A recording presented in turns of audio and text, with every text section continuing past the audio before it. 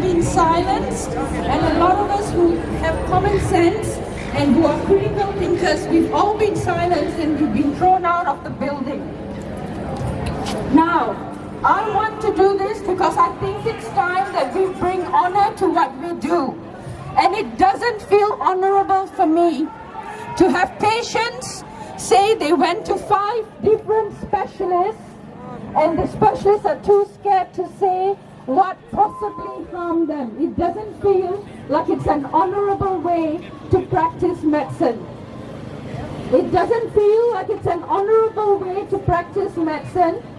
If I look at the evidence and the data, and for any other medical illness, I would have made that decision and used the medication with a long-term safety record, and the next thing you know, I can't use that medication. It doesn't feel honorable. Every doctor in Australia should want to wear this T-shirt. It's enough. It's gone on long enough.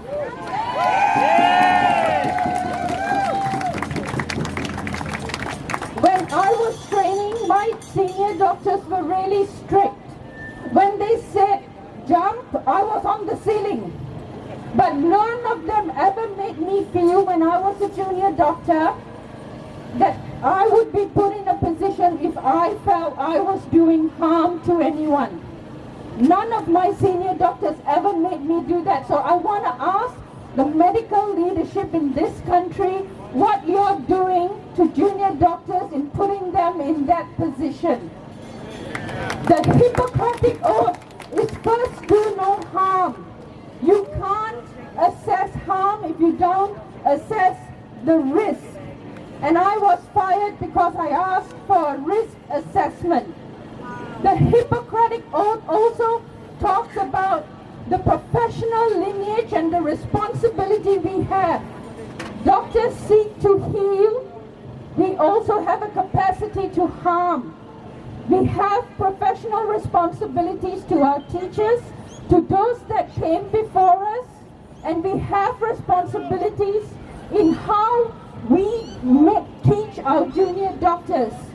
So I'm asking doctors in Australia, if you have felt homeless before this, if you have felt there's no professional industrial association in this country that is standing up for the doctor-patient relationship, for physician discernment, for physician judgment, I'm asking you to join the Australian Medical Professional Society because we want to just let doctors be doctors.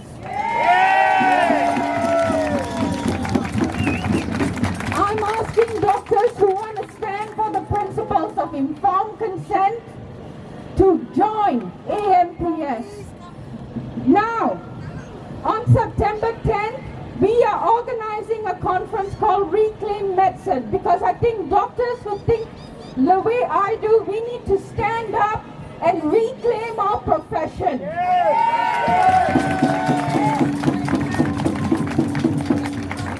This conference is on September 10th. It's open to everyone, but I want to encourage you to ask all your doctors to tune in. They can buy tickets or they can come in person.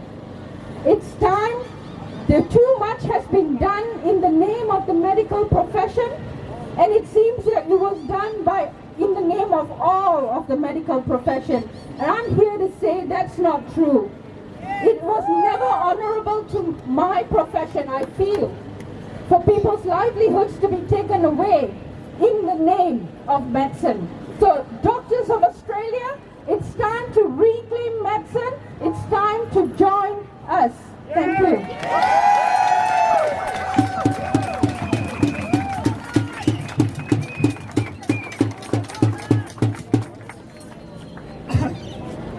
Hi, I'm Dr. Peter Johnson. I was a GP for 51 years until last year when APRA charged me with giving COVID misinformation. I let them know that any misinformation was on their part, not mine. And it was interesting to see Professor BS have to come out and admit he was giving the same information for the last 2 years that I was told, accusing APRA of doing. But Professor BS is only one of many so-called expert health professionals who have been giving out worldwide almost in lockstep, pushing vaccinations, masks and lockdowns, none of which have any scientific validity. And most of these so-called experts are academics who have no need to see patients because they're being looked after by governments, pharmaceutical companies, or both. And also, meanwhile, the true experts, the true medical experts, are being shut down, censored, deplatformed, or deregistered. And it's not just the doctors, it's also scientists, and that includes climate scientists. I think we should try and remember that the idea of global warming, or what do we call it, climate change, derived from David Rockefeller and the Club of Rome in 1968, and it was taken up very enthusiastically by the World Economic Forum 5 years later. And now I know it's not medical to be pushing this, but I'm doing it because the same mega rich mob of psychopaths are behind both COVID and global warming. And they use fear in both cases. They have used the fear of a virus to enforce a lethal bioweapon into everybody, and they're now using fear to bolster global warming so that they can come at the farmers, dispossess them, and bring about famine and bloody food shortages. And the whole purpose, again, is to force control of the population. They also want a centralised digital banking system, and they're ruthless in the way they do that. And if they succeed, we'll all be totally, you might say, controlled. And Trudeau gave us a bit of a preview when he actually locked down the Canadian truckers and everyone who supported them.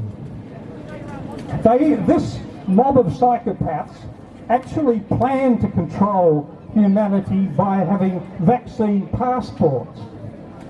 But what happened, of course, was that Melbourne might have been the most locked down place on earth, but we also lead the world in the size of the freedom rallies that we had here.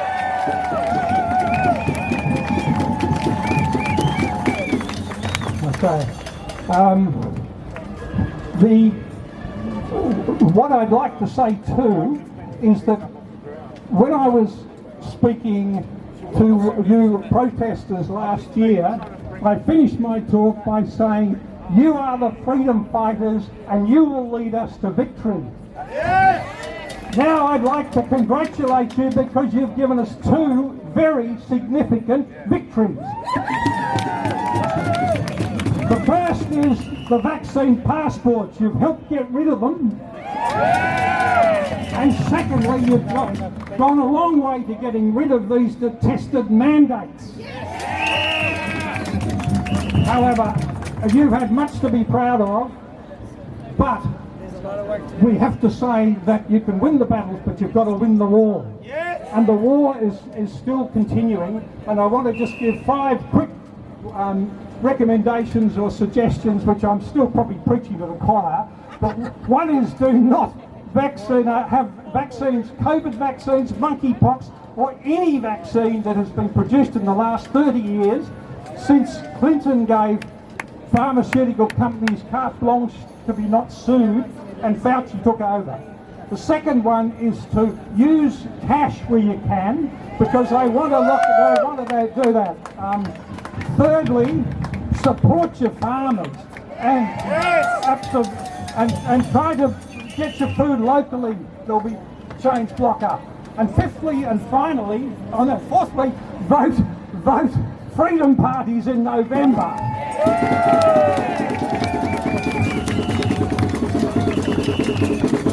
And fifthly, keep going with the resisting and holding the line. In case you haven't realised, you are part of an incredible episode in human history. Yes. Thousands of years ago, this was predicted, this ultimate showdown between the forces of light and the forces of darkness. This is not a war like Ukraine, but this is a battle between the mind and the body of humanity. And the dark forces are using bioweapons, corruption, deception and genocide, while the freedom fighters are using integrity, love and compassion and truth. And